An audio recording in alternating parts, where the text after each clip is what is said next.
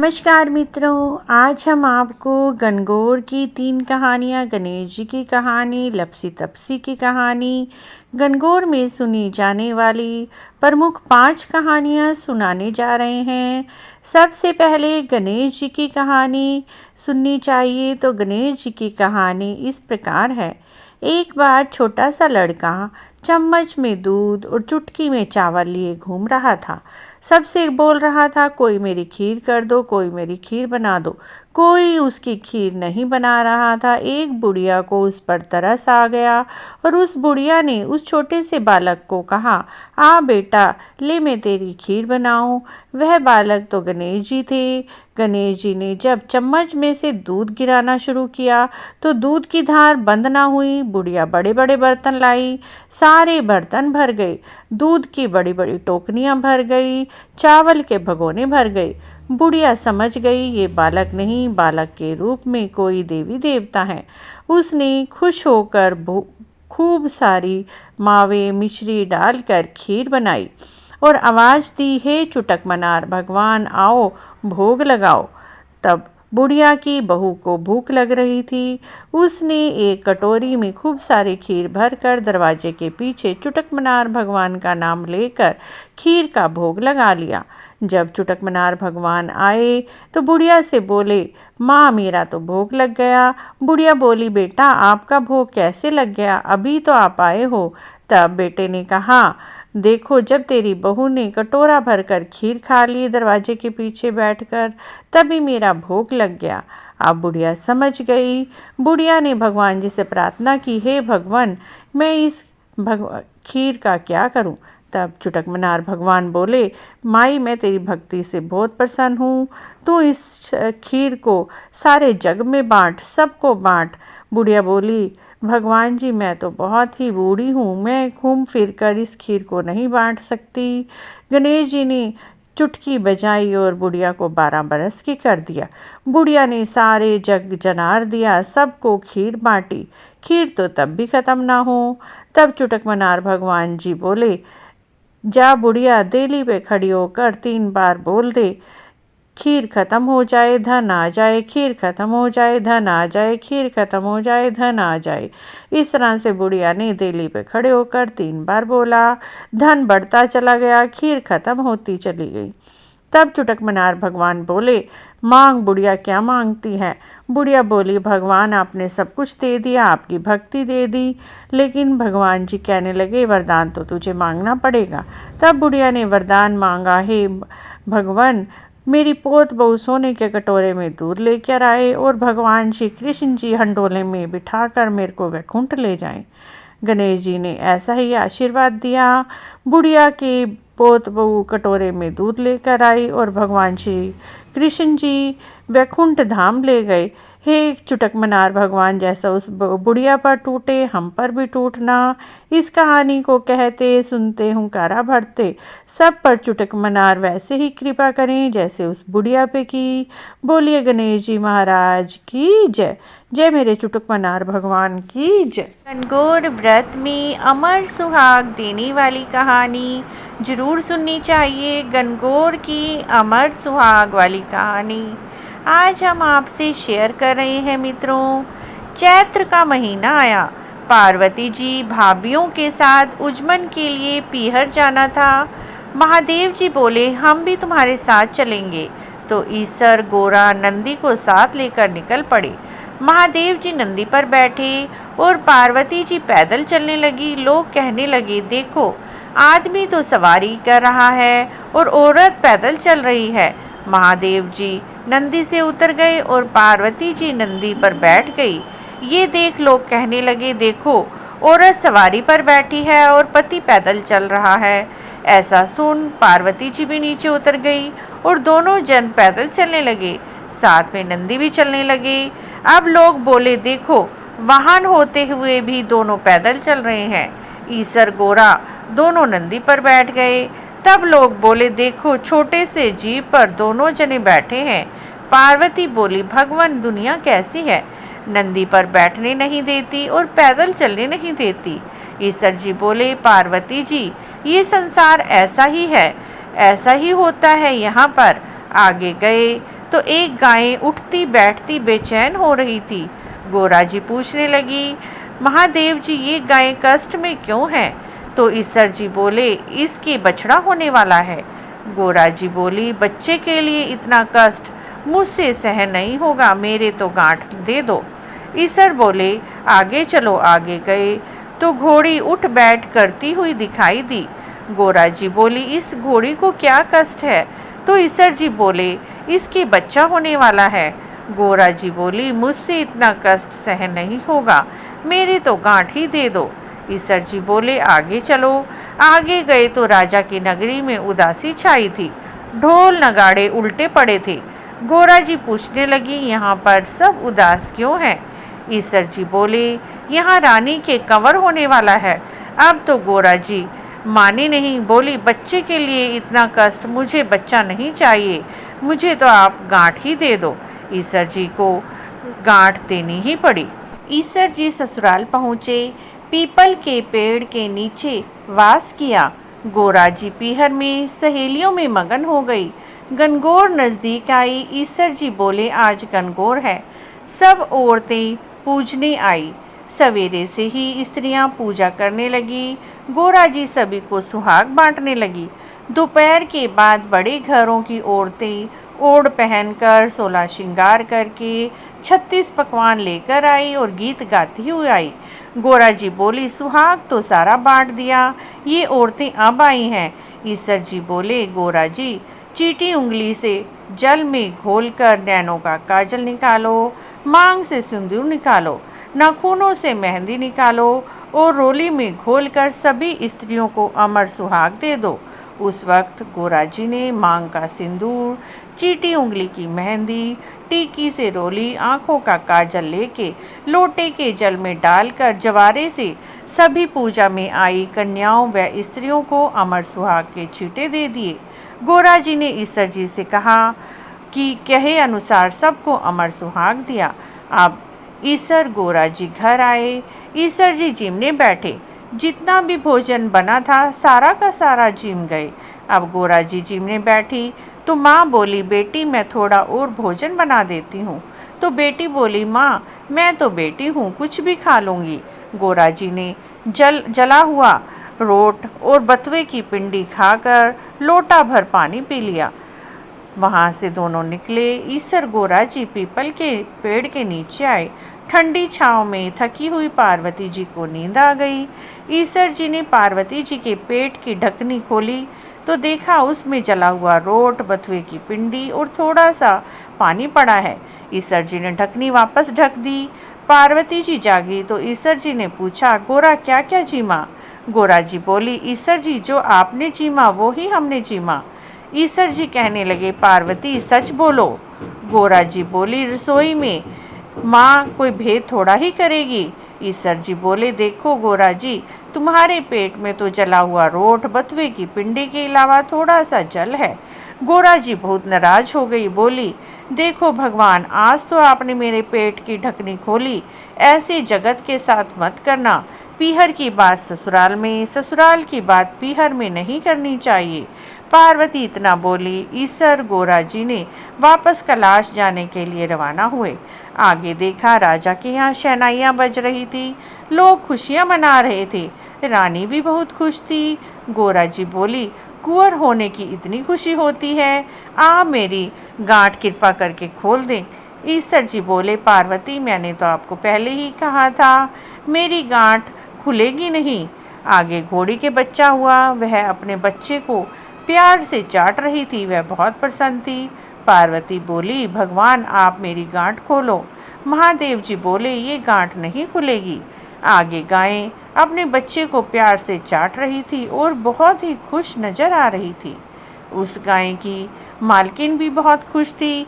पार्वती जी सोचने लगी, जानवरों को बच्चों की इतनी उमंग है तो मानव की तो बात ही क्या। और ईसर जी बोले, भगवान, ईसर जी से बोली, भगवान मेरी गांठ खोलो, नहीं तो मैं आगे ना चलूँगी। पर ईसर जी बोले, अब कुछ नहीं हो सकता। थोड़े दिन बीते। पार्वती जी ने अपने मैल की एक पिंडी बनाई, उसमें प्राण फूंक दिए। उस बालक को रखवाली करने के लिए स्नान करने चली गई। भगवान जी आए, बालक ने उनको अंदर नहीं जाने दिया। भगवान जी ने पूछा कि तुम कौन हो? बालक बोला, मैं पार्वती का पुत्र हूँ। भगवान सोचने लगे, ये पुत्र कहाँ से आया, और त्रिशूल से उस बालक का गला काट दिया। माँ पार्वती जी आई, देखा और बोली, भगवान मेरे पुत्र को वापस जीवित कीजिए। तो भगवान शिव ने अपने गणों को भेजा कि जो भी स्त्री अपने पुत्र से पीठ मोड़कर सो रही हो, उस बच्चे का सिर काट कर ले आओ। गण सभी जगह इधर उधर घूमने लगे। जंगल में पहुंचे, वहां एक हथनी अपने बच्चे से विमुख होकर सो रही थी। गण उसका सिर काट लाए। भगवान ने उस सिर को बालक के सिर पर जोड़ दिया और अमृत का छींटा दिया और बोले, दुनिया में सबसे पहले गौरी पुत्र गणेश जी की पूजा होगी, बाद में दूसरे देवताओं की पूजा होगी। तो इस कहानी को खोटी को खरी, अधूरी को पूरी करें। जय मेरे गणगौर जी, जय मेरे ईश्वर जी, जय मेरी गौरी मैया। हे गौरी मैया, जैसे सभी औरतों को सुहाग दिया, हमें भी देना, सबको अमर सुहाग देना। कहानी को अवश्य ही सुनना चाहिए। गणगौर में सुनी जाने वाली इलिखिया और बिलिखिया की कहानी। एक बार की बात है, 7 पक्की सहेलियां थी। सातों सभी काम बहुत अच्छे से करती, इकट्ठे करती थी। सातों सहेलियों में 6 लड़कियां तो अमीर घर से थी, लेकिन 7वीं गरीब घर से थी। एक बार उन्होंने गोरा जी के व्रत करने की सोची, तो सभी ने कहा हम व्रत करेंगे, लेकिन 7वीं लड़की कहने लगी, मैं तो गरीब हूँ, मैं व्रत नहीं कर सकती, मैं व्रत का भोजन कहाँ से लाऊंगी। लेकिन सातों ने जिद पकड़ ली कि व्रत करेंगी तो हम इकट्ठे ही करेंगे। इसीलिए इकट्ठी होकर 6 लड़कियां 7वीं गरीब लड़की के घर पर गई और उसकी माँ से प्रार्थना करने लगी। माँ बोली, बेटी हमारे पास इतना धन नहीं है कि ये गणगौर का व्रत कर सके, लेकिन वो बोली कि कोई बात नहीं, ये हर रोज हमारे यहाँ जिम लिया करेगी। इस तरह से सभी ने गणगौर का व्रत किया। 6 दिन तक गरीब लड़की ने 6 लड़कियों के घर एक एक करके हर रोज भोजन किया। 7वां दिन पड़ा तो 6 लड़कियां बोली, 6 दिन से तू सब हमारे घर पर जिम रही है, तो आज हम तुम्हारे घर पर जिमने आएंगी। 7वीं लड़की अपनी सहेलियों से बोली, मेरे पास इतना धन और भोजन नहीं है कि मैं तुम सबको जिमा सकूं। लेकिन उन्होंने जिद पकड़ ली। अब वह लड़की घर आकर अपनी माँ से बोली, माँ आज कल सभी मेरी सहेलियां घर पर जिमने आएंगी। माँ को बहुत गुस्सा आया और वह जोर जोर से अपनी बेटी को पीटने लगी। बोली कि मैंने तो पहले ही तुमसे कहा था कि तुम गणगौर का व्रत मत करो, इसलिए जोर जोर से मारने लगी। मार खाकर लड़की रोती रोती जंगल में चली। जंगल में वह एक पेड़ के नीचे बैठ गई और वहीं पर उसको नींद आ गई। उधर से ईसर जी और गोरा जी जा रहे थे। तब गोरा जी बोली, भगवान देखिए ये लड़की कितनी उदास लग रही है, हमें इसका दुख दूर करना चाहिए। भगवान शिव बोले, गोरा जी ऐसे तो संसार में बहुत से लोग आपको मिलेंगे जो दुखी हैं, लेकिन गोरा जी कहने लगी, इस लड़की का दुख मुझसे नहीं देखा जा रहा। तब गोरा जी उसके पास गई, बोली, लड़की सोती है या जागती है? लड़की बोली, ना सोती हूँ ना जागती हूँ। तब लड़की ने अपनी सारी कहानी गोरा जी को सुना दी।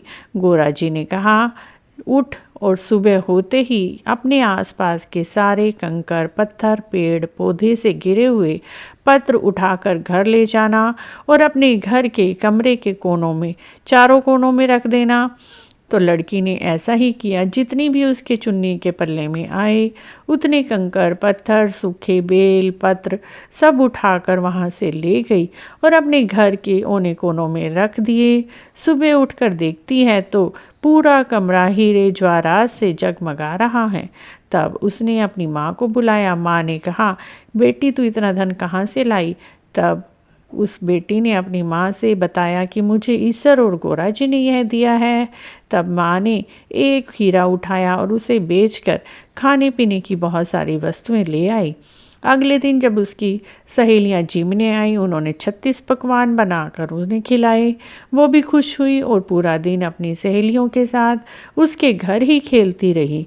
जब 6 लड़कियों की माँ ने सोचा कि हमारी लड़कियां आज शाम हो गई अभी तक नहीं आई हैं, तो वो गरीब लड़की के घर गई थी, शायद उन्हें भोजन ना मिला हो। ऐसा सोचकर अपने घर से थोड़ा थोड़ा भोजन लेकर उस गरीब लड़की के घर आई। देखती हैं लड़कियां तो ठाट बाट से खा रही हैं, पी रही हैं और खेल रही हैं। उनको लगा पता नहीं इनके पास एक दिन में इतना धन कैसे आ गया। तब उस लड़की की माँ ने सारी कहानी कह सुनाई कि यह सब धन तो ईश्वर और गोरा जी ने उन्हें दिया है। उनमें से एक लड़के की माँ बहुत कंजूस थी और ईर्ष्यालु थी। उसने भी अपनी लड़की को अगले दिन मार पीट कर जंगल भेज दिया और उसी तरह से एक्टिंग करने के लिए बोला। और जिस तरह से उस लड़की को गोरा जी ने प्रसन्न होकर धन दिया था, वैसी ही इच्छा से उसे भी जंगल में भेज दिया। जंगल में जाकर वह लड़की सो गई। सपने में गोरा जी आई। गोरा जी ने उसे भी आसपास के कंकर, पत्थर, बेल पत्र उठाने के लिए कहा। लड़की सब उठाकर ले गई, लेकिन क्या देखती है, घर जाकर वह कमरे में सांप बिच्छू बन जाते हैं। उसकी माँ डर जाती है। वह सांप बिच्छू किसी भी तरह से बाहर नहीं निकल रहे थे, तो डर के मारे दोनों माँ बेटियाँ उसी गरीब लड़की के घर जाती हैं। तो ब्राह्मणी बोलती है कि हमने तो श्रद्धा के साथ किया था, लेकिन तुमने यह काम लालच की वजह से किया है। यह सब इसी वजह से हुआ है। तुम ईश्वर जी और गोरा जी से प्रार्थना करो, वही तुम्हारे दुख को दूर करेंगे। तब उन्होंने ईश्वर जी गोरा जी से प्रार्थना की। तब गोरा माँ ने कहा, तुम यदि अपने धन का आधा भाग इस गरीब लड़की को दोगे, तभी तुम्हारे घर से ये सांप बिच्छू जितने भी जीव जंतु हैं खत्म होंगे। लेकिन बराबर का हिस्सा करना होगा, सुई में से सुई भी देनी होगी। इस तरह से उस लड़की ने, उस लड़के की माँ ने अपने घर का आधा धन उस गरीब लड़की को दिया। तब उस करके सफाई हुई, घर से सांप बिच्छू जीव जानवर सब खत्म हो गए। तो गोरा जी के व्रत में इस व्रत को भी इलिया और बिलखिया के व्रत को भी किया जाता है। इस व्रत में 6 कुंवारी लड़कियों को जिमाया जाता है और 7वीं सुहागन स्त्री को जिमाया जाता है और साथ में एक साखिया यानी एक लड़के को जिमाया जाता है। और इसमें हलवा, पूरी, आलू की सब्जी बनाई जाती है। इसमें दाल चावल नहीं खाए जाते। इस तरह से मित्रों, गणगौर में इलिखिया और बिलिखिया की कहानी भी ज़रूर सुननी चाहिए। तो मित्रों, अगर आपको ये सब कहानियाँ अच्छी लग रही हैं तो प्लीज़ हमारे चैनल को जरूर सब्सक्राइब करें। गणगौर में सुनी जाने वाली लपसी तपसी की कहानी। लपसी तपसी की कहानी। लपसी तपसी की कहानी इस प्रकार है। एक लपसी था, एक तपसी था। तपसी हमेशा भगवान की तपस्या में लीन रहता था। लपसी रोजाना 1.25 सेर की लापसी बनाकर भगवान का भोग लगाकर जीम लेता था। एक दिन दोनों लड़ने लगे। तपसी बोला, मैं रोज भगवान की तपस्या करता हूँ, इसीलिए मैं बड़ा हूँ। लपसी बोला, मैं रोज भगवान को 1.25 सेर लापसी का भोग लगाता हूँ, इसीलिए मैं बड़ा हूँ। नारद जी वहां से गुजर रहे थे। दोनों को लड़ता देखकर उनसे पूछा कि तुम क्यों लड़ रहे हो। तपसी ने खुद के बड़ा होने का कारण बताया और लपसी ने अपना कारण बताया। नारद जी बोले, तुम्हारा फैसला मैं कर दूंगा। दूसरे दिन लपसी और तपसी नहाकर अपनी रोज की भक्ति करने लगे। नारद जी ने छिपकर 1.25 करोड़ की एक अंगूठी उन दोनों के आगे फेंक दी। लपसी की नज़र उस अंगूठी पर पड़ी तो उसने चुपचाप अंगूठी उठाकर अपने नीचे दबा ली। लपसी की नज़र अंगूठी पर पड़ी, लेकिन उसने ध्यान नहीं दिया। भगवान को भोग लगाकर लापसी खाने लगा। नारद जी सामने आए तो दोनों ने पूछा, कौन बड़ा है। नारद जी ने कहा, तपसी से खड़े होने को कहा। वो खड़ा हुआ तो उसके नीचे दबी अंगूठी दिखाई पड़ी। नारद जी ने तपसी से कहा, तपस्या करने के बाद भी तुमने चोरी करने की आदत नहीं छोड़ी, इसीलिए लापसी बड़ा है और तुम्हें तुम्हारी तपस्या का कोई फल भी नहीं मिलेगा। तपसी शर्मिंदा होकर माफ़ी मांगने लगा। उसके बाद नारद जी से पूछने पर तपस्या का फल कैसे मिलेगा? नारद जी ने कहा, यदि कोई गाय और कुत्ते की रोटी नहीं बनाएगा तो फल तुझे मिलेगा। यदि कोई ब्राह्मण को भोजन करवा कर दक्षिणा नहीं देगा तो फल तुझे मिलेगा। यदि कोई साड़ी के साथ ब्लाउज नहीं देगा, फल तुझे मिलेगा। यदि कोई दिए से दिया जलाएगा तो फल तुझे मिलेगा। यदि कोई सारी कहानियाँ सुनने के बाद भी तुम्हारी कहानी नहीं सुनेगा तो फल तुझे मिलेगा। उसी दिन से हर व्रत में लपसी और तापसी की कहानी जरूर सुननी चाहिए मित्रों। तो गणगौर की कहानियों के साथ भी लपसी और तापसी की कहानी आखिर में जरूर सुननी चाहिए।